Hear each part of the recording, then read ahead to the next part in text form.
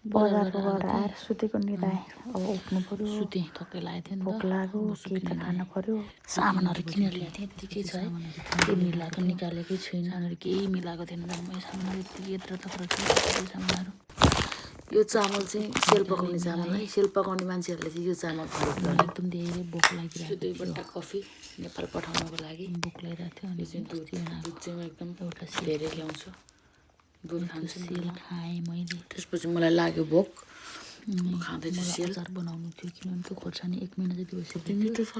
एकजना दाइले दिनु, एकजना दाइले खोर्सानी ल्याइदिनु भएको थियो। खोर्सानी त बिग्रिन लागिसकेको छ। अब मलाई पिर पऱ्यो, यसको म अचार बनाइहाल्छु। अब म किचनमा लिएर आएँ यसलाई। त्यो बनाउनको लागि यस्तो बिग्रिन लागेछ, मलाई कस्तो पिर पऱ्यो। यसको म अचार बनाइहाल्छु। मसँग लुबस पनि छैन। लुबस लगाएँ, खलखल धोएर पखाल्छु। यसलाई चाहिँ धोइ पखाली गरेर ठिक पारेँ।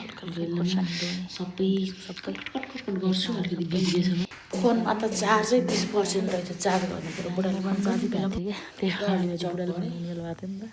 रेडी भयो मेरो बसाले मैले कराई, त्यस पछाडि हालेको यो कराई चाहिँ मलाई मन परिरहेको छैन, त्यही मैले बनाएँ। खोर्सानी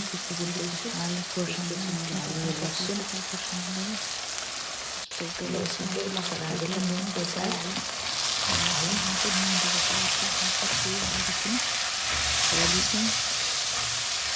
फाइनल्ली मेरो अचार बनाएर रेडी भयो। अब यसमा टिमुरहरू मरमसला हाल्न बाँकी छ, भोलि हाल्छु त्यो चाहिँ। आधालाई चाहिँ गाजर। अब मलाई भोक लागिरहेको छ, यसबाट बन्छ मेरो खानेकुरा। आज खाने यति हो। फ्रुट्स खाँदै खाइसक्यो आजको।